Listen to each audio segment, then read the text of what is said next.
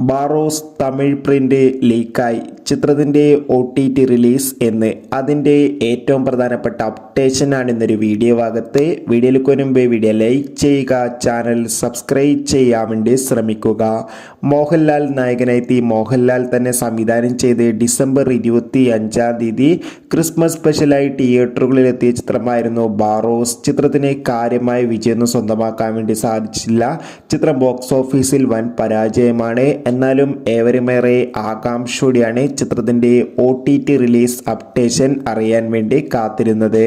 ചിത്രത്തിൻ്റെ OTT അവകാശങ്ങളൊക്കെ വിറ്റുപോയിരിക്കുകയാണ്. ബാറോസ് എന്ന ചിത്രത്തിൻ്റെ OTT അവകാശങ്ങളൊക്കെ ഡിസ്നി പ്ലസ് ഹോട്ട്സ്റ്റാർ എന്ന OTT പ്ലാറ്റ്ഫോം സ്വന്തമാക്കിയെന്ന് ഒഫീഷ്യലായി കൺഫേം ആക്കിയിട്ടുണ്ട്. അതോടുകൂടി ചിത്രത്തിൻ്റെ സാറ്റലൈറ്റ് അവകാശങ്ങൾ ഏഷ്യാനെറ്റുമാണ് സ്വന്തമാക്കിയിട്ടുള്ളത്.